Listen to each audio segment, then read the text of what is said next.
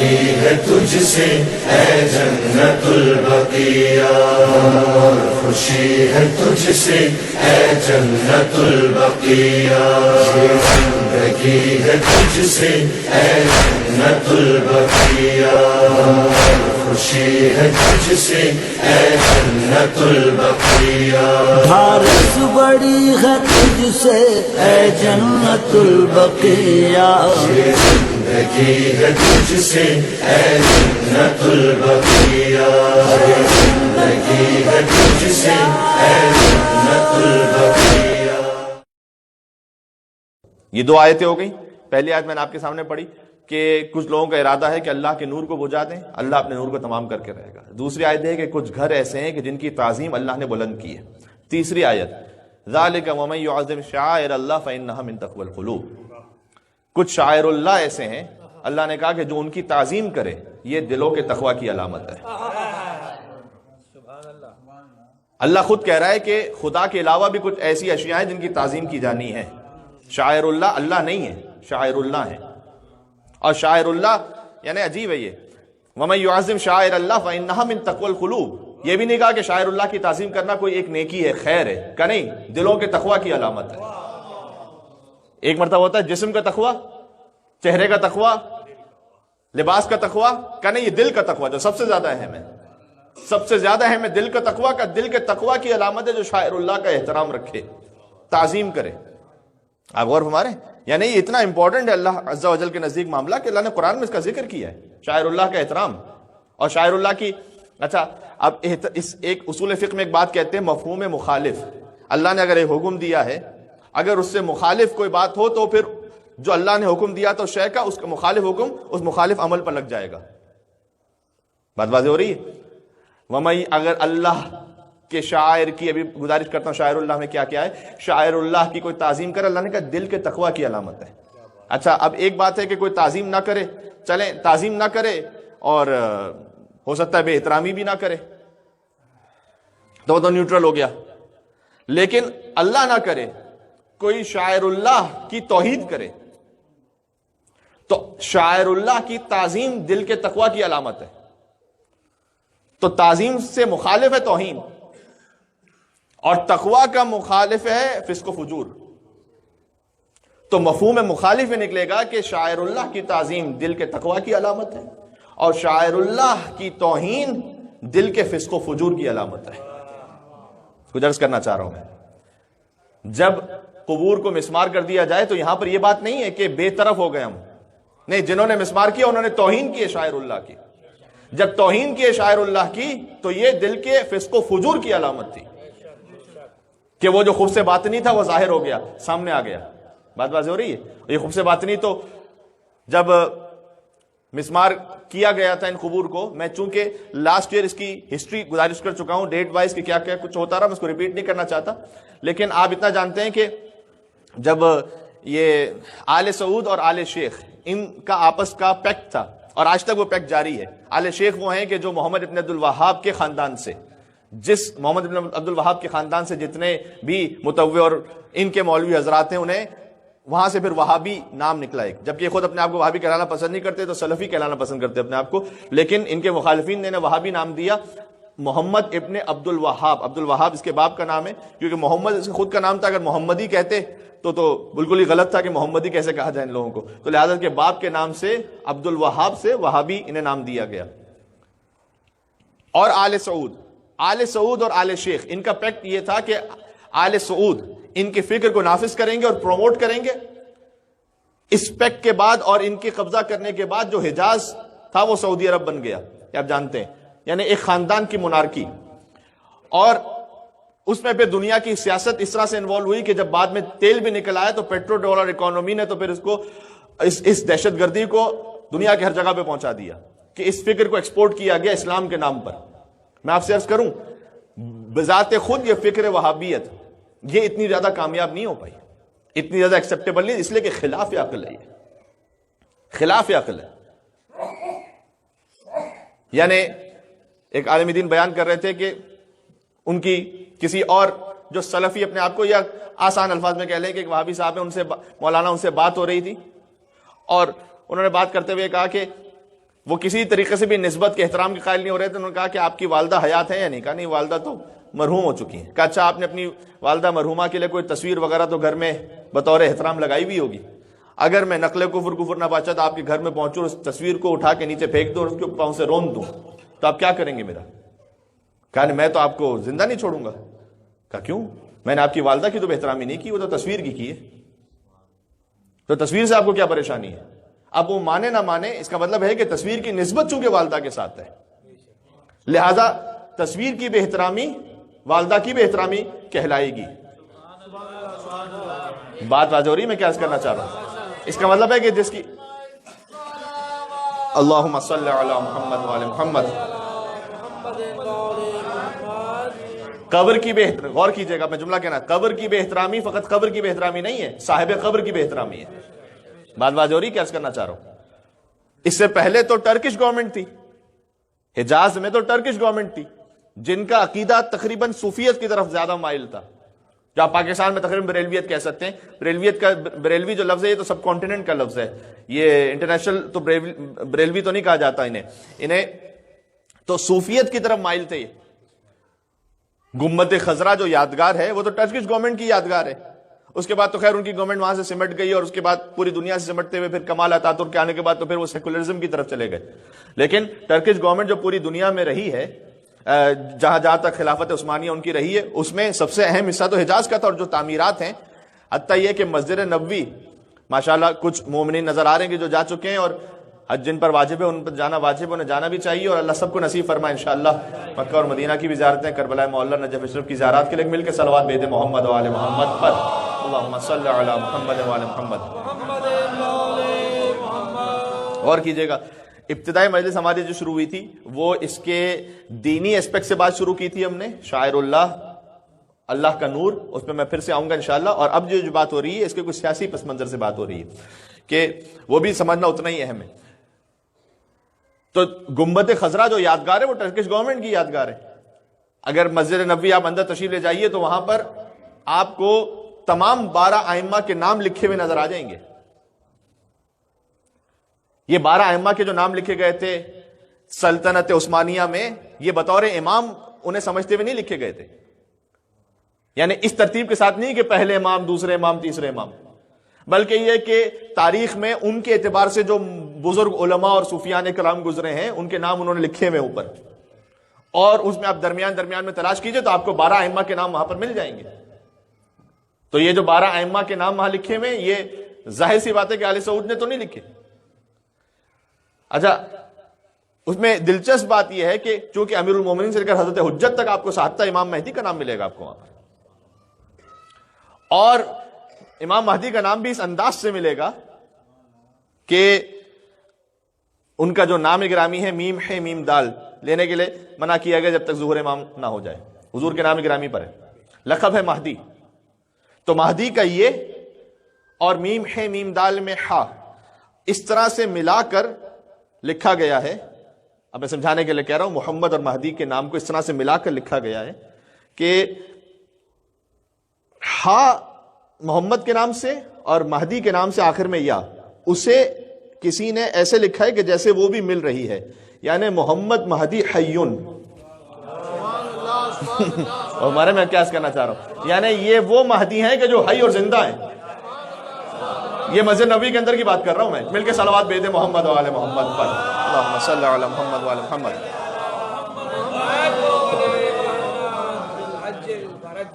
اب اس میں ایک احتمال مثال کے طور پر علماء یہ دیتے ہیں کہ شاید کوئی شیعہ انجینئر تھا، اس نے وہاں پر لکھتے ہوئے اس طرح سے کاریگری کر دی. یہ بھی ہو سکتا ہے، لیکن شاید یہ بھی امکان ہے کہ اہل سنت برادران میں سے کثیر تعداد ایسی ہے کہ جو امام زمانہ علیہ السلام کے وجود کے حوالے سے یہاں تک بھی قائل ہیں کہ وہ اس وقت موجود ہیں. ایک تو کنونشنل عقیدہ یہ ہے کہ نہیں وہ مہدی تشریف لائیں گے من آل فاطمہ، وہ تو ٹھیک ہے، اس میں تو شاید اس نظریے میں تو وہابیت بھی شامل ہو جائے کہ وہ بھی کسی نہ کسی مہدی پر یقین رکھتے ہیں، اگرچہ کہ وہ مہدی نہیں کہ جو ہم کہتے ہیں. لیکن مثلا محی الدین عربی بہت بڑا نام ہے، تاریخ کا ایک بہت بڑا نام ہے محی الدین عربی. خاص طور پر جو صوفیوں کی ہسٹری اور عرفا کی ہسٹری، اس میں تو محی الدین عربی کے بغیر ہسٹری مکمل نہیں ہوتی. اس نے اس بات کا اقرار کیا ہے کہ اس نے کہا بھی ہے کہ میں اس بات کو تسلیم کرتا ہوں کہ مہدی موجود ہیں. یہ بات کب کی میں سنا رہا ہوں؟ یہ ساری باتیں وہ ہیں جو تقریباً 125 سال پہلے تک کی ہیں. یعنی مسلمانوں کے درمیان، شیعہ سنی درمیان ایک مشترک عقیدہ کیا تھا؟ ان تمام صوفیان کرام کا احترام کرنا، اہل بیت اطہار علیہ السلام کا احترام رکھنا. بعد میں یہ آل سعود آئے کہ جو 100 سال کی پیداوار ہے، اور یہ اپنے آپ کو سلفی کہہ رہے ہیں کہ ہمارا جو طریقہ ہے وہ ہمارے بزرگوں سے چلا آ رہا ہے. کون سے بزرگوں سے چلا آ رہا ہے؟ یہ 100 سال کی ایک نئی پیداوار ہے کہ جس کو سب سے بڑی بدعت تو یہ ہے. پھر سب سے بڑی بدعت تو یہ ہے. پھر اور آل شیخ، اور آل شیخ کا مطلب یہی محمد ابن عبد الوہاب کا خاندان. اس سے پہلے جو اس کے نظریات ملتے ہیں، جو اس کی روٹس ملتی ہیں، وہ ابن تیمیہ کی تحریروں میں ملتی ہیں. اگرچہ کہ ابن تیمیہ کی جو تحریریں تھیں اس کو اس وقت کسی نے اتنا زیادہ ہاتھوں ہاتھ لیا نہیں تھا کوئی. حتی محمد ابن عبد الوہاب نے بھی جو کچھ لکھا تھا، خود محمد ابن عبد الوہاب کا جو باپ ہے یعنی عبد الوہاب، اس نے اسے گھر سے نکال دیا تھا ایسی باتوں کو لکھنے پر. کیونکہ محمد ابن عبد الوہاب نے خالی شیعوں کو کافر قرار نہیں دیا، اس نے کتنے جو بریلوی عقیدہ رکھنے والے سنی ہیں وہ بھی اس کے نگاہ میں کافر ہیں. تو اسے گھر سے نکال دیا گیا، اور بالکل وہابیت کی رد میں جو ابتدائی کتابیں لکھی گئی ہیں وہ خود محمد ابن عبد الوہاب کے بھائی نے لکھی ہیں اپنے بھائی کے خلاف. لہذا اس وقت بھی اس تھیوری کو اتنا زیادہ ایکسپٹ نہیں کیا گیا. لیکن بعد میں اسٹیٹ اسپانسرشپ کی وجہ سے، میں کہہ رہا ہوں کہ وہابیت اتنی کامیاب نہیں ہو پائی جب تک اس کے پیچھے ویسٹرن پاور، اسٹیٹ اسپانسرشپ اور زائنزم اس کے پیچھے نہ ہوتا. اس وقت تک یہ کامیاب ہونے والے نہیں تھے، اور آج بھی جو کچھ ہے اسی وجہ سے بس. ٹھیک ہے، یہ فورسفلی پروپیگیشن ہے، فورس پروپیگیشن جسے کہتے ہیں. تو جب یہ اقتدار میں آئے تو انہوں نے کہا کہ وہی پاکستان میں بھی جو ایک بات کہی جاتی ہے، احتیاط کے ساتھ میں کہتا ہوں، ملا ملٹری الائنس. آپ نے تو نام بھی لے لیا، میں کیا کروں، لیکن مل کے صلوات بھیجے محمد والے محمد، اللہم صلی علی محمد والے. یعنی جبری طاقت اور ایک نظریے کا اتحاد. اس اتحاد میں ہوتا کیا ہے؟ اتحاد میں ہوتا یہ ہے کہ یہ جو طاقت ہے، یعنی جو آل سعود تھا، اس نے کہا کہ ہم آپ کے مذہب کو اور آپ کی فکر کو رسمن یعنی آفیشلی اجرا کریں گے، بلکہ ایکسپورٹ کریں گے پوری دنیا میں، اور اپنی سرزمین پر اس کو اجرا کریں گے. اور اس کے مقابل میں یہ کیا لیں گے ان سے؟ یہ ان کی لیجیٹیمیسی، یہ جو اولو الامر، کتنا اب اس کی روٹس جس مسئلے کی بھی دیکھیں آپ کو تو یزید کے باب میں نظر آئیں گے آپ کو. بات ہو رہی، میں کیا عرض کرنا چاہ رہا ہوں نا. تو ہماری لیجیٹیمیسی کیا ہے، ہماری گورنمنٹ کی لیجیٹیمیسی کیا ہے؟ وہ یہ ہے کہ یہاں یہ مولوی ہیں سامنے جو یہ کہہ رہے ہیں کہ یہ اولو الامر ہیں اور ان کی اطاعت واجب ہے. تو جو ان کے مقابلے میں کھڑا ہو گیا وہ باغی ہے اور خارج اسلام ہے. تو یہ جو آپس کا معاملہ ہے، یہ اس آل سعود آل شیخ نے اس کو جاری کیا، اور اس کے بعد اپنی فکر کو پوری طریقے سے عائد کرنے کی کوشش کی. البتہ کتنی جگہوں پر انہیں بھی کمپرومائز کرنا پڑا، اس لیے کہ ایک حد تک جا سکتے تھے. کیا؟ اس لیے کہ جنرل البقیع کو تو مسمار کیا ان لعینوں نے، اور جنرل البقیع تو میں سمبولکلی کہہ رہا ہوں، ورنہ جنت المعلا کو مسمار کیا، حضرت خدیجہ کی قبر مطہر، حضرت ابو طالب علیہ السلام کی قبر مطہر، حضرت حمزہ کے مقبرے کو مسمار کیا، شہیدان احد کی قبروں کو مسمار کیا، تقریباً تمام ہی چیزوں کو مسمار کیا سوائے ایک کے، اور وہ بالکل ان کے عقیدے کے مزاج کے مطابق ہے. ایک انہوں نے اسے پریزرو کر کے رکھا ہوا ہے، سقیفہ بنو سعدہ کو. میں سیریسلی کہہ رہا ہوں آپ سے، سقیفہ بنو سعدہ کے جو اثرات ہیں اور وہ جو آثار ہیں وہ ابھی تک باقی ہیں. اچھا سمجھ گئے سقیفہ بنو سعدہ کیا تھا؟ تو جہاں سے سلسلہ شروع ہوا تھا اور جو آل سعود تک پہنچا ہوا ہے اسے انہوں نے بچا کے رکھا ہوا ہے. اس کے علاوہ قبور مسمار، اہل بیت علیہ السلام کے گھر مسمار، گلیاں مسمار، جنت المعلا مسمار. یہاں تک کہ ارادہ تو یہ تھا کہ نعوذ باللہ من ذالک روضہ رسول کو بھی مسمار کریں. وہ تو یہ کہ اسلامی ممالک کا اس وقت اتنا زیادہ ایک پریشر تھا کہ جس کی وجہ سے کام کر نہیں سکے، اور اب تک بھی ان کے متووں سے خوب سے باطن ظاہر ہو جاتا ہے کہ کہتے ہیں کہ اگر موقع ملا تو یہ بھی کر لیں گے. تقریباً یا تو محمد ابن عبد الوہاب یا ابن تیمیہ کی تحریروں میں سے، ڈاؤٹ میری اپنی جانب سے، اس میں سے کہیں پر یہ بات آپ کو مل جائے گی. نعوذ باللہ من ذالک نقل کفر نباشت. دیکھیں جب انسان کی عقل، یہ ابلیسی توحید ہے، خدا کو مانوں گا لیکن خدا والے کو نہیں مانوں گا، خدا کی حجت کو نہیں مانوں گا. اللہ نے کہا رجیم ہو اور مجھ پر تیری لعنت ہے قیامت تک کے لیے. نکل جاؤ باہر, گیٹ آؤٹ. اور غور فرما رہے میں کیا کرنا چاہ رہا ہوں. اچھا, ان کی تحریروں میں آپ کو یہاں تک مل جائے گا, نعوذ باللہ میں کیسے لفظ کو کہوں, لیکن ان کی خباثت کو سمجھانے کے لیے میں کہہ رہا ہوں کہ روضہ رسول تو شرک کا سب سے بڑا مرکز ہے. استغفر اللہ ربی واتوب الیہ, یہ کہتے ہیں, اور تحریروں میں ہے. کیوں؟ اس لیے کہ وہاں جا کر سب سے زیادہ مسلمان احترام دکھاتے ہیں سرکار ختمی مردہ کی قبر مطہر پر. تو اصل تو یہ بھی قبول نہیں ہے, ٹھیک ہے, لیکن یہ کام کر نہیں سکے. جملہ عرض کرنا چاہ رہا ہوں, ڈیٹیل میں نہیں جاؤں گا. یہ کام کر نہیں سکے پریشر کی وجہ سے. اب اسے مجھے نہیں پتا یہ تقیہ کا نام دیں گے, یہ کیا نام دیں گے. کیوں؟ اس لیے کہ جس چیز کو آپ حقیقت سمجھ رہے ہو اور کسی مصلحت کی وجہ سے نہ کر پائیں, وہی تو تقیہ ہوتا ہے. اور کیا ہوتا ہے پھر؟ سب سے بڑا تقیہ تو تم خود کر رہے ہو, ہم پہ کیا اعتراض کر رہے ہو ہمارے. دوسرا کمپرومائز یہ ہے کہ شیعوں کو حج پہ آنے کی اجازت. آج بھی آپ کو پاکستان کے سپاہی صحابہ کی تحریروں میں مل جائے گا. ہم سعودی گورنمنٹ سے ہم گزارش کرتے ہیں یا مطالبہ کرتے ہیں کہ پاکستان کے شیعوں پر پابندی عائد کی جائے کہ حج پہ جائیں. کیوں؟ اس لیے کہ محمد ابن عبد الوہاب کی تحریر کے مطابق تو شیعہ کافر ہیں. جب کافر ہے تو پھر مکہ میں داخل ہونے کی اجازت کیسے؟ تو یہ تو خود آپ کے قول و فعل میں تضاد ہے. ویسے اب بات کیجئے تو جواب اس کا بڑا ہی مزہ کا خیز دیتے ہیں کہ شیعہ ہم تو اجازت نہیں دیتے, چھپکے سے آ جاتے ہیں. چپکے سے آ جاتے ہیں شیعہ تو دھڑلے سے ساری ایرانی مل کے دعائیں کمیل کر رہے ہوتے ہیں. کون سا چپکے سے آ جاتے ہیں جی. اور تمام فقہاء کرام اور مجتہدین اعظام کے بیسے وہاں پر ہیں. وہاں پر چاہے آپ انہیں کتنا ہی وہاں پر اریٹیٹ کریں, لیکن وہ اپنے عالمانہ لباس میں گھوم رہے ہوتے ہیں. اور پاکستان سے بھی جو شیعہ جاتے ہیں وہ کوئی میں نہیں دیکھا چپ کے جاتا, بلکہ فارم میں لکھا ہوا ہوتا ہے جعفری. جعفری اس لیے لکھا جاتا ہے کہ وہاں پر ان کے انتظامات مینا عرفہ وغیرہ کے اعتبار سے اسی طرح سے کیے جا سکے. کون چپ کے جاتا ہے؟ بالکل کھل کے جاتے ہیں, ہاتھ کھول کے نماز پڑھتے ہیں. تو آپ کو اور کیا چاہیے پھر؟ وقت آئے گا انشاءاللہ کہ زیارت عاشورہ بھی کھل کے پڑھیں گے وہاں پر. مل کے صلوات بھیجتے محمد و آل محمد پر. اللہم صلی علی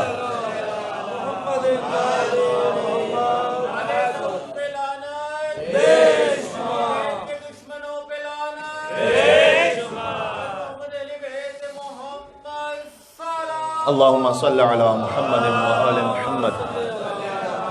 بس اسی طرح زحمت دینا چاہتا. آپ جانتے یعنی میں کہنا چاہ رہا ہوں کہ اس فکر کا آغاز کہاں سے ہوا تھا. یہ 100 سال پرانی بات ہے, بہت زیادہ پہلے کی بات نہیں ہے. یہ جوان ساتھی سمجھیں اس بات کو. یعنی یہ ایک نئی انوویشن تھی جو آئی تھی. یہ جو دوسروں پر سب الزام لگاتے ہیں کہ جناب آپ بدعت کر رہے ہیں, آپ نے 100 سال پہلے سے ایک نیا جدید فرقہ شروع کیا ہے. ورنہ اس سے پہلے جتنے شیعہ سنی تھے وہ سب قبروں کے احترام کے قائل تھے, اور ان کے پاس دلیل موجود تھی وَمَن يُعَظِّمْ شَعَائِرَ اللَّهِ فَإِنَّهَا مِن تَقْوَى الْقُلُوبِ سے. جو شاعر اللہ کے احترام کرے یہ دلوں کے تقوی کی علامت ہے. اور کتنا بہترین ہے کہ قرآن نے شاعر اللہ کی پوری فہرست, تو قرآن ڈیٹیل میں تو جاتا نہیں کہ پوری فہرست 1 by 1 دے, لیکن مثالیں ذکر کی. اور مثال بھی کتنا خوبصورت ہے. مثال ایک حیوان سے ذکر کی اور ایک جماعت سے ذکر کی. یعنی 2 پہاڑیوں کا نام لیا سورہ بقرہ میں, ان الصفا والمروہ من شعائر اللہ. ارے پہاڑی ہے بھائی, نان لیونگ تھنگ, شاعر اللہ میں سے. شاعر اللہ کا مطلب کیا ہے؟ بچوں کے ذہن میں جملہ رہ جائے. شاعر اللہ کا مطلب یہ ہے جسے دیکھ کر اللہ کی یاد آ جائے. یہ سادہ ترین ترجمہ ہے. یہ بات واضح ہو رہی. مل کے صلوات اور بھیجیں محمد و آل محمد.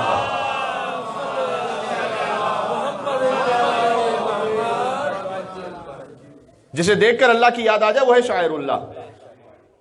فرمایا صفا اور مروہ شاعر اللہ میں سے. وَالْبُدْنَ جَعَلْنَاهَا لَكُمْ مِنْ شَعَائِرِ اللَّهِ. یہ سورہ حج کی آیت ہے. وہ قربانی کا جانور کے جو تم لیتے ہو اللہ کی راہ میں قربان کرنے کے لیے, وَالْبُدْنَ جَعَلْنَاهَا ہم نے قرار دیا ہے اس قربانی کے جانور. یعنی جب ہم سے اللہ بات کر رہا ہو گویا رائل بات ہو رہی ہے. یہاں پر اتنا احترام سے بات ہو رہی ہے. کس کے لیے؟ انسان کے لیے نہیں, قربانی کے جانور کے لیے. وہ قربانی کا جانور نہیں کہ جو حضرت اسماعیل کے بدلے آ گیا تھا, وہ جو قربانی کا جانور لکم جو تم لیتے ہو اس کی یاد میں. سبحان اللہ سبحان اللہ. وہ اس کی یاد میں, وہ ایک جانور کی یاد میں جو تم قربانی کرتے ہو, والبدن جعلناها لکم من شعائر اللہ، من شعائر اللہ، وہ بھی شعائر اللہ میں سے ہے۔ سبحان اللہ، یہ دو باتیں بیان ہو گئیں، یعنی اللہ نے بتا دیا کہ جانور بھی شعائر اللہ میں سے ہو سکتا ہے، کیا کہنے، اور ایک بظاہر نان لیونگ تھنگ جمادات میں سے وہ بھی ہو سکتی ہے شاعر اللہ میں سے۔ علامہ حضرت قبلہ رشید ترابی صاحب علی اللہ مقامہ کا جملہ پڑھتا ہوں یہاں پر، اچھا ان کی روح کے ایصال کے لیے مل کے صلوات بھیجیے گا محمد وعلی محمد پر، اللہم صلی علی محمد وعلی محمد۔ صفا اور مروہ شاعر اللہ میں سے کیوں ہیں؟ اس لیے کہ حضرت ابراہیم کی یاد ہے، حضرت حاجرہ کی یاد ہے وہاں پر، یعنی اس سے بڑھ کے کیا قربانی ہوگی؟ حضرت حاجرہ کو چھوڑ کے چلے گئے ابراہیم علیہ السلام اللہ کے حکم کے مطابق ایک بالکل بیابان میں جہاں پر نہ آدم نہ آدم کچھ بھی نہیں تھا، نہ رہنے کی جگہ، نہ پانی، نہ غذا، کچھ بھی نہیں۔ اللہ نے کہا کہ اپنے بیوی بچوں کو چھوڑ کے چلے جاؤ یہاں سے، سبحان اللہ، چھوڑ کے چلے گئے، اور حضرت حاجرہ دوڑی پانی کے لیے۔ اب علامہ رشید ترابی صاحب قبلہ کا جملہ کیا ہے؟ کہتے ہیں کہ اگر ایک شخص جسے بیک گراؤنڈ نہ پتا ہو، یہ ان کی ویڈیوز میں آپ کو مل جائے گا جو یوٹیوب پہ اویلیبل ہے نا تقاریر کی، اس میں اگر بیک گراؤنڈ نہ پتا ہو کسی کو کہ صفا اور مروہ پہ ہوا کیا تھا، اور ویسے ہی کوئی آ کر دیکھے مسلمانوں کو، تو وہ تو دیوانہ اور پاگل کہے گا یہ کیا ہو گیا بھائی، یہاں سے وہاں دوڑ رہے ہیں کچھ، پھر یہاں سے وہاں دوڑ رہے ہیں، یہاں سے وہاں دوڑ رہے ہیں، یہ کیا کام ہے، یہ کیا ہو رہا ہے؟ اگر کسی کو صفا اور مروہ کا پس منظر نہ پتا ہو تو دیوانگی سمجھے گا اسے، لیکن پس منظر پتا ہے جسے، وہ اسے عین عقل کے مطابق سمجھے گا۔ کچھ کہنا چاہ رہا، کہتے ہیں اسی طرح سے اگر محرم کا پس منظر نہ پتا ہو، کہنا چاہتا ہوں بات نظر ہی ہے،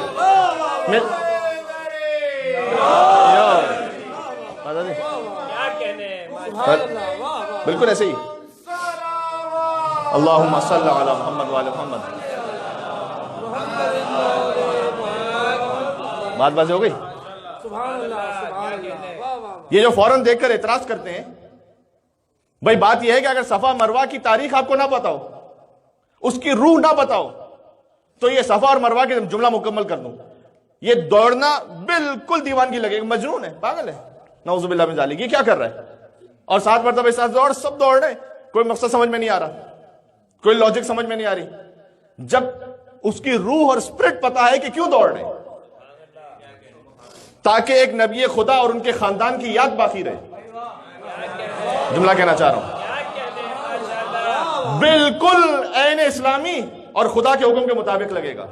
محرم کا پس منظر نہ پتا ہو، ماتم دیوانگی لگے گا، اگر پتا ہو کہ یہ ہو کیوں رہا ہے، محرم کی اگر اسپرٹ پتا ہے، یہی ماتم عین عقل کے مطابق لگے گا۔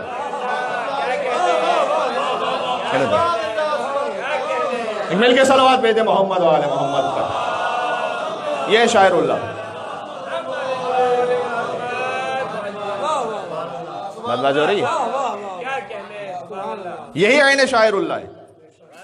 شاعر اللہ کی اللہ نے مثال دی ہے من شعائر اللہ، صفا اور مروہ شاعر اللہ میں سے ہیں، شاعر اللہ میں سے ایک ہیں۔ اچھا، صفا اور مروہ شاعر اللہ میں سے، اللہ نے کہا اس کی تعظیم کرو، دل کے تقوی کی علامت ہے۔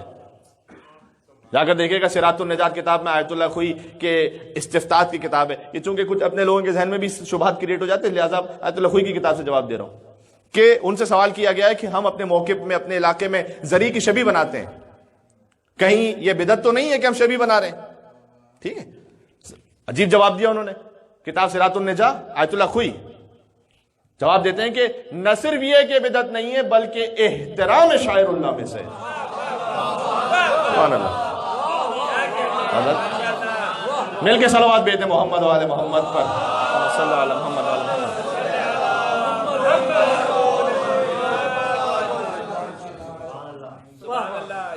توحید، کچھ لوگوں کو توحید کے حوالے سے پتہ نہیں کس قسم کی بات بخار ہو جاتا ہے۔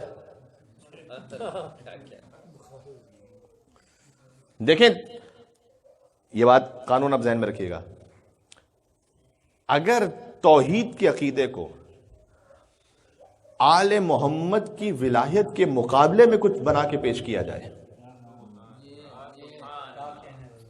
تو سمجھ جائیے گا کہ جو جملہ میں نے استعمال کیا یہ توحید بالکل ابلیسی توحید ہے. اگر مقابل پر بات واضح ہو رہی ہے، میں ختم کر رہا ہوں بات کو. اللہم صلی علی محمد.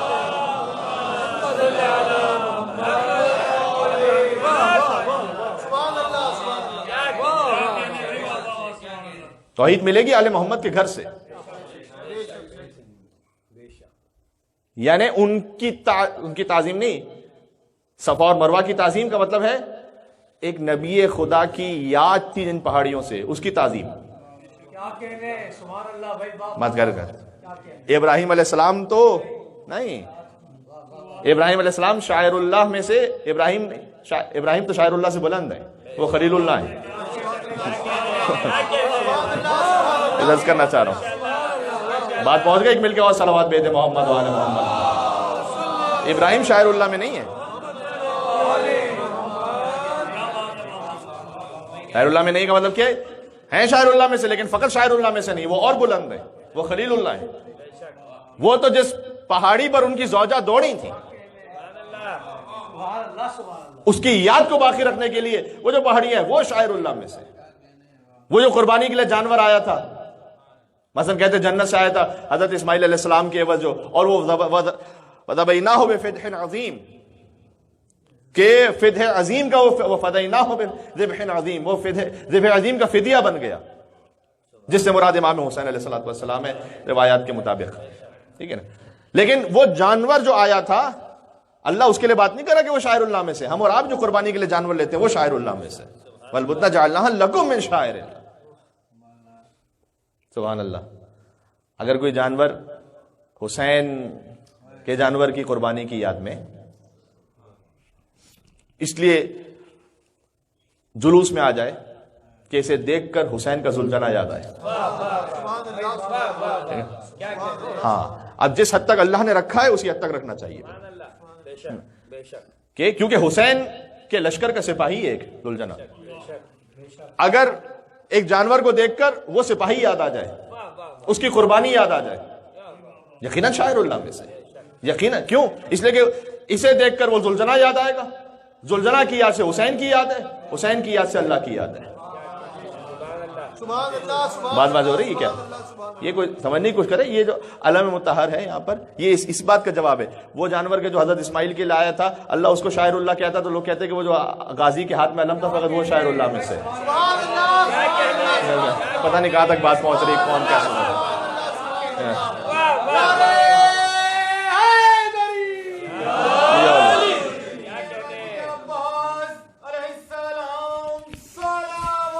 اللہم صلی.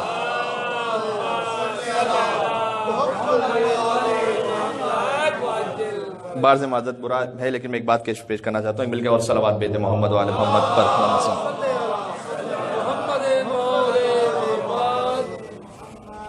جی تب تو پھر ہر وہ شے کہ جو اس علم کی یاد دلا رہی ہو اس کا احترام ہے، اس لیے کہ نسبت کا احترام ہے. یہ ہمارے جوان ساتھی بھی سمجھیں.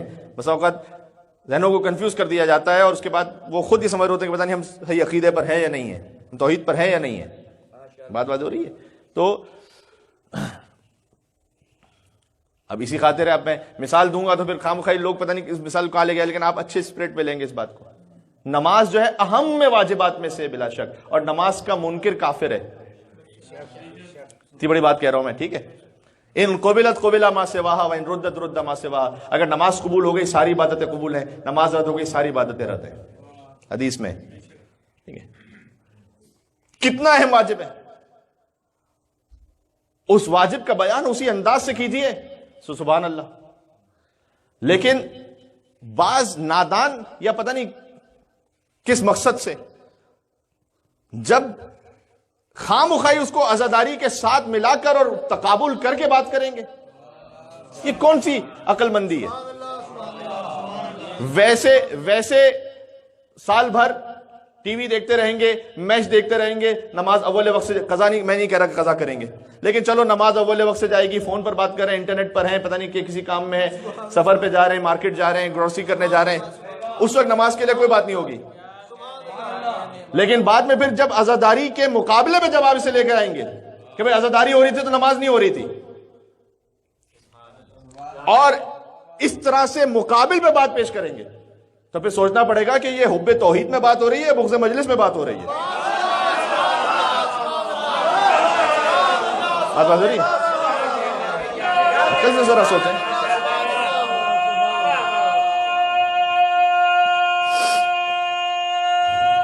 ذرا موقع مل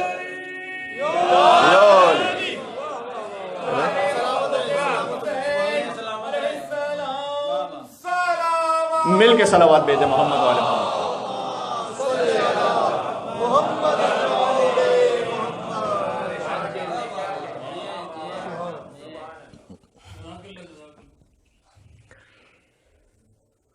خاص طور پر جب ہم انتظام جنت البقیع کی بات کر رہے ہیں، وہ قبر مطہر، البتہ کہ اصل جو قوی روایت ہے مابین قبری و منبری روضۃ من ریاض الجنہ، حضور نے فرمایا تھا میری قبر منبر کے درمیان جو حصہ ہے وہ جنت کے باغوں میں سے ایک باغ ہے، اور وہیں پر روضہ رسول ہی میں تربت حضرت سیدہ سلام اللہ علیہا ہے، زیادہ معتبر روایت کے مطابق. لیکن ایک اشارہ جنت البقیع کا بھی ہے، اور 4 ائمہ کی قبور تو یقیناً ہے، اس میں کوئی شک نہیں. امام حسن مجتبی علیہ السلام، مولا سید الساجدین علیہ السلام، امام محمد باقر علیہ السلام، امام جعفر صادق علیہ السلام. کبھی روایت اللہم صلی علی محمد وعلی محمد. مٹی نجف کی لیجئے پانی فرات سے، یوں تربت بطول کو تعمیر کیجئے. یہ حق ہے، ٹھیک ہے نا. مٹی نجف اشرف سے ہو اور پانی فرات سے ہو، تب جا کر حق بنتا ہے کہ تربت سیدہ سلام اللہ علیہا کو کوئی تعمیر کر سکے. اچھا، میں آ گیا تقریباً اشارت منزل مصائب پر. آپ کی اجازت تو میں ایک جملہ اور کہہ دوں اسی بات کو مکمل کرنے کے لیے. یہ جو بات ہو رہی تھی حضرت ابراہیم علیہ السلام کی کہ وہ فقط شاعر اللہ میں سے نہیں، وہ خلیل اللہ ہے. اب آپ دیکھیں گا ابراہیم علیہ السلام کی قربانی اپنی تمام تر عظمتوں کے باوجود، ایک جملہ کہنا چاہ رہا ہوں، اگر آپ پھر سے تھوڑا سا یعنی مجھے ساتھ دے سکیں اور مجھے بتا سکیں بات پہنچ رہی. ابراہیم علیہ السلام کی قربانی تمام تر عظمتوں کے باوجود بقائے توحید کی ضامن نہیں بنی ہے. کچھ کہنا چاہ رہا ہوں. حسین مظلوم کی جو کربلا میں قربانی ہے، ابراہیم علیہ السلام نے جو قربانی پیش کی ہے وہ ان کا ذاتی امتحان ہے. بہت غور کیجئے گا، میں کچھ عرض کرنا چاہ رہا ہوں. آپ بات پہنچ رہی میں کیا عرض کرنا چاہ رہا ہوں. یہ ذاتی امتحان ہے ان کا، اور اس امتحان میں کامیاب ہونے کے بعد انی جاعلک للناس اماما، اے ابراہیم ہم نے آپ کو انسانوں کا امام بنا دیا. یعنی ابراہیم علیہ السلام کا امتحان ہے ان کی ذات انفرادی حیثیت میں. جب وہ کامیاب ہو گئے انہیں امامت عطا ہو گئی. حسین کی قربانی میں حسین کو کچھ ثابت نہیں کرنا. یہاں پر کچھ کہنا چاہ رہا ہوں میں. ہاں مل کے صلوات اور بھیج دیں محمد و آل محمد پر. یہاں کچھ ثابت ہونے کی بات نہیں ہے کہ حسین جب یہ قربانی دیں گے تو کچھ مل جائے گا انہیں، کچھ ثابت ہو جائے گا. جیسے ابراہیم علیہ السلام کی نا، حسین تو پہلے ہی سیدہ شباب اہل جنہ ہے. حسین کربلا کے بعد سیدہ شباب اہل جنہ نہیں ہے. حسین زمانے رسالت میں جب ان کا ظاہری سن 5 برس کا ہے، اس وقت حضور کہہ رہے ہیں الحسن والحسین سیدہ شباب اہل جنہ. حسین بچپن سیدہ شباب اہل جنہ ہے. کسی پیر فقیر مفتی جسے بھی عارف کو لے لیں، بڑے سے بڑا صوفی ہو، اس کا اختتام ہوتا ہے کہتا ہے کہ جنت پہنچ جاؤں. حسین کی زندگی کا آغاز جنت سے نہیں ہے، سیدہ شباب اہل جنہ. جی اب ثابت کیا کرنا رہ گیا حسین کے لیے؟ اللہم صلی علی محمد وعلی محمد. بات واضح ہو رہی ہے؟ یہ تھوڑا سا میں آپ کے ذہنوں کو ملتفت کر دیا. آہستہ آہستہ ہم کربلا سے قریب ہوتے جائیں گے، محرم الحرام سے. تو اسے ذہن میں رکھیے گا، یہ موضوع اب شروع ہو گیا، آہستہ آہستہ آتا رہے گا یہ مختلف مجالس میں، کہ امام حسین علیہ السلام کی قربانی سے انہیں اپنی ذات کے لیے کچھ ثابت نہیں کرنا یہاں کہ قربانی دیں گے تو کچھ نیا ثابت ہو جائے گا حسین کے لیے.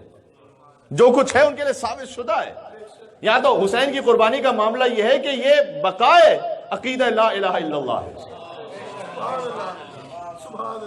آپ فرق محسوس کر رہے ہیں؟ ابراہیم علیہ السلام حضور پاک کے بعد سب سے افضل نبی ہیں بے شک. تو مقام ذبح پہ جو پہنچے وہ ہیں ذبیح اللہ، اسماعیل علیہ السلام ذبیح اللہ۔ مقام ذبح تک پہنچے تھے، ابھی ذبح ہوئے نہیں تھے، مقام ذبح تک پہنچے تو وہ ہیں ذبیح اللہ۔ جو ذبح ہو گئے تو ان کا مقام کیا ہوگا؟ یہ کچھ عرض کرنا چاہ رہا میں، ٹھیک ہے؟ اس کا مطلب حسین ایک طرف، امام حسین کی ہاں اور نہ پر، یعنی ان کی قربانی پر بہت کچھ قیامت تک کے لیے رکا ہوا ہے، یہ ہے حسین کی قربانی۔ جو ابراہیم علیہ السلام کی قربانی میں یہ مثال نہیں ہے، ٹھیک ہے؟ ایک طرف یزید لعین، اس کی طاقت، دولت کا نشہ، اقتدار کی حوث اور اسلام کو تحریف کر دینے کے لیے بنی امیہ کے منصوبے، وہ ایک طرف حسین سے کہہ رہے ہیں کہ بیعت، نعوذ باللہ، جھک جاؤ، لیکن حسین کے پاس کیا ہے؟ آدم کا علم، نوح کا عزم، ابراہیم کی خلت، موسیٰ کی ہیبت، عیسیٰ کا زہد و تقویٰ، محمد کا جمال، علی کا جلال، فاطمہ کی عصمت، قرآن کی عظمت۔ حسین سے کہہ رہی ہے کہ آپ انکار کر دیجئے۔ یہ حسین کی قربانی ہے، اس کا ویٹ یہ ہے۔ ایک ہاں اور نہ پر تمام انبیاء کی محنتیں رکی ہوئی ہیں۔ ہاں، اس کے بعد اب جو امام حسین علیہ السلام اس قربانی کو پیش کریں تو کیا وہ شاعر اللہ میں سے نہیں ہے؟ کیا وہ شاعر اللہ میں سے نہیں ہے؟ وہ مقام کہ جہاں لاش علی اکبر حسین پہنچے، کیا اسے دیکھ کر خدا کے دین کی یاد نہیں آتی؟ تو کیا یہ شاعر اللہ میں سے نہیں ہے؟ وہ مقام جہاں ایک بوڑھے باپ نے 6 مہینے کے بچے کو ایسے گود میں لیا۔ جزاک اللہ، آپ کی صدائیں بلند ہو رہی ہیں، مجھے آنا بالآخر فاطمہ زہرا سلام اللہ علیہا تک ہے، اس لیے کہ یقیناً جنت البقیع میں نے اس کیا ایک روایت کا ایک مطلب اشارہ ہے، اصل قوی روایت، لیکن جنت البقیع نام منسوب ہے حسین کی ماں فاطمہ زہرا سلام اللہ علیہا سے۔ اگر انہدام پر ان کا ذکر نہ کیا جائے تو بقیع کے مصائب پورے نہیں ہوتے۔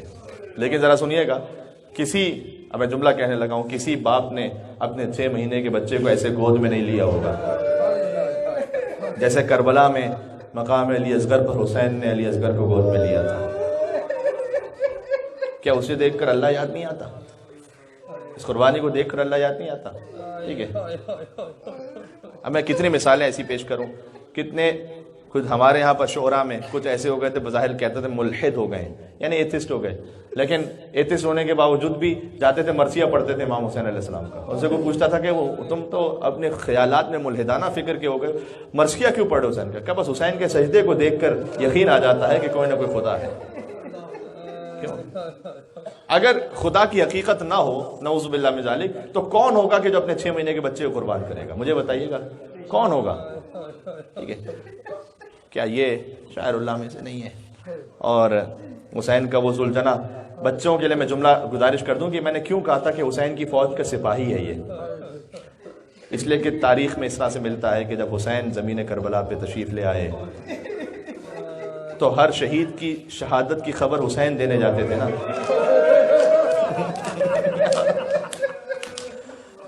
حسین آخر تھے، ان کے بعد کوئی نہ بچا تھا کہ جب حسین کی شہادت کی خبر لے کر حسین کے چھوٹے بچوں کے پاس جاتا، لہذا ذوالجناح نے اپنی پیشانی کو رنگین کر لیا، خون ہے حسین ابن علی سے، اور اس کے بعد وہ دوڑا اور اس پیشانی کو دیکھ کر سیدانیہ یہ سمجھ گئی کہ حسین،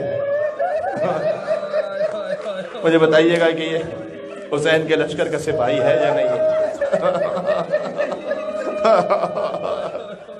سلام ہمارا ان تمام شاعر اللہ پر۔ قبر بطول مسمار ہو گئی شاعر اللہ میں سے، قبر امام حسن مجتبی، قبر بیمار کربلا سید الساجدین شاعر اللہ میں سے، یقیناً قبر امام باقر علیہ السلام، قبر امام صادق علیہ السلام، قبر حضرت فاطمہ بنت اسد علی کی ماں فاطمہ بنت اسد کی قبر بھی مسمار ہے۔ اور جملہ عرض کر دوں، آپ نے یہ بچوں کے لیے تاریخ سنا رہا ہوں تاکہ آپ کا گریہ شدت سے ایسے ہو سکے جیسے جنت البقیع پر گریے کا حق ہے۔ یہ عباس کی ماں کی وفا تھی خود حسین کی ماں سے، کہ جہاں قبر مادر حسین مسمار ہے وہیں قبر مادر عباس ام البنین جنت البقیع میں۔ جنت البقیع میں میں نے زیارت کی ہے، اس زمانے میں گیا تھا کہ جب قبر کے قریب جانے دیتے تھے، میں نے خود دیکھا ہے قبر مادر ابوالفضل عباس علیہ السلام کو، وہ بھی مسمار ہے۔ حضرت صفیہ، حضرت عاتقہ حضور کی پھوپھیاں ہیں، ان کی قبر مسمار ہے۔ کتنے ہی اصحاب رسول کی قبر مسمار ہے۔ یہ فقط شیعوں کا مسئلہ نہیں ہے، سارے مسلمانوں کے لیے میں بات عرض کرنا چاہ رہا ہوں۔ کہاں ہے ان کی غیرت، کہاں ہے ان کی حضور سے محبت، اصحاب سے محبت، آل رسول سے محبت؟ لیکن میں بس آپ کے ذہن ملتفت ہیں پہلے ہی۔ اب ذرا سوچئے گا، جب قبر مسمار کرنا یہ اتنا بڑا گناہ ہے اور ہمارے دل چھلنی ہو جاتے ہیں، تو خود جو فاطمہ زہرا کے در کو مسمار کرتے ہیں، یقین جانیے جنت البقیع کی مجلس پر رونا بھی اس وقت تک قبول نہیں ہوگا جو ان سے برات کا اظہار نہ کرے جنہوں نے فاطمہ کے گھر کو مسمار کیا تھا۔ تاریخ میں ہے، میں جملہ کہنے لگا ہوں، 300 لوگ آ گئے تھے علی کے گھر پر۔ ایک ان میں سے جو سب سے بڑا لعین ہے، اس نے خط لکھا ہے حاکم شام کو، جو موجود ہے بہار انوار میں، شیخ عباس قمی نے اس لعین نے دوسرے لعین کو خط لکھا ہے، اور اس نے بتایا میں نے کیا کیا تھا۔ اس میں اس نے خط میں لکھا ہے کہ جب ہم نے علی کے دروازے کو جلا دیا اور دروازہ اتنا کمزور ہو گیا کہ وہ گرنے والا تھا، تو بنت رسول نے اپنے ہاتھوں سے اس دروازے کو تھام لیا۔ یہ لعین کہتا ہے کہ میں نے، میرا غلام تھا قنفذ، جس سے ایک تازیانہ لیا، اے فاطمہ زہرا کی قبر کا ماتم کرنے والوں، یہ مظالم وہی ہیں کہ جب فاطمہ زہرا کا دروازہ جب وہ قنفذ کا تازیانہ سیدہ کے بازوں پر لگا، میرے امام صادق کہتے ہیں حتی سارا کا دملج الاسود، سیاہ نشان سیدہ کے بازوں پر شہادت تک باقی رہ گیا۔ آخری جملہ کہنے لگا ہوں، نام علی پر گریہ کرنا۔ یہ علی کی مظلومیت۔ ابھی میرے محترم بھائی علی کی تنہائی پر مرثیہ پڑھ رہے تھے، ایک مرتبہ دق الباب ہوا، یہ روایت سن لیں انشاءاللہ گریہ کریں گے۔ ایک مرتبہ دق الباب ہوا، بی بی فضہ جانا چاہتی تھی دروازہ کھولنے، لیکن تاریخ میں ملتا ہے کہ بی بی سیدہ گئیں اور انہوں نے دروازہ کھولا۔ مولا کائنات نے کہا کہ اے سیدہ آپ نے کیوں زحمت فرمائی؟ کہا یا ابوالحسن میں نے سنا ہے مدینہ کے لوگ آپ کو سلام نہیں کرتے۔ علی نے کہا کہ اب سیدہ وہ وقت آ گیا، علی کسی کو سلام کرے کوئی سلام کا جواب بھی نہیں دیتا۔ اچھا روایت یہاں تک ہے، مجھے نہیں پتا جب سیدہ علی کے لیے اپنے بستر سے اٹھی ہوں گی تو جس کا پہلو شکستہ ہو وہ بستر سے کیسے اٹھ سکتا ہے، وہ دروازے تک کیسے پہنچ سکتا ہے؟ بس امیر المومنین نے سپرد لحد کیا۔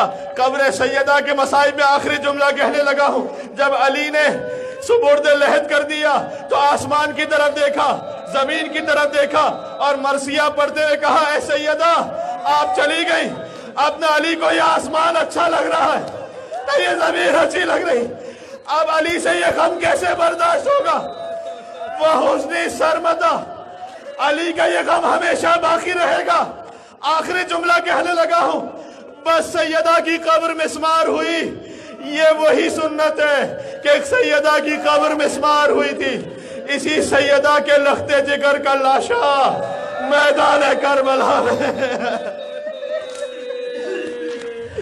مدینہ میں قبر سیدہ پامال ہوئی تھی، کربلا میں لاش حسین ابن علی پامال ہوئی تھی۔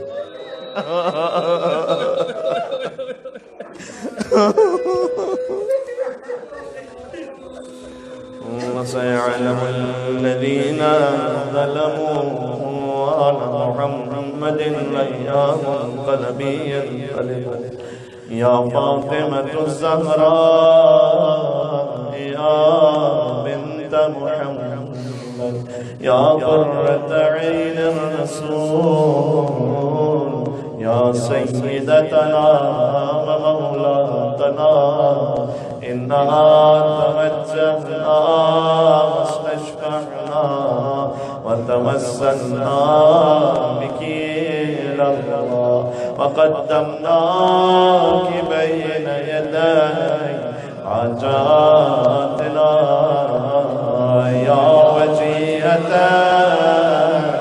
عند الله اشفعي لنا۔ سبحان اللہ۔ قبر سیدہ کے صدقے میں ملائکہ کے اترنے کی جگہ آتی ہے. یا وجیہت عند اللہ اشفعی لنا عند اللہ. ہم تیری حسب منشا تعمیر کر نہ پائے، تو منہدم ہوئی جب ہم تب بھی بے خبر تھے. ہم تیری حسب منشا تعمیر کر نہ پائے، تو منہدم ہوئی جب ہم تب بھی بے خبر تھے. شرمندگی ہے تجھ سے اے جنت البقیہ، زندگی ہے تجھ سے اے جنت البقیہ، زندگی ہے تجھ سے اے جنت البقیہ.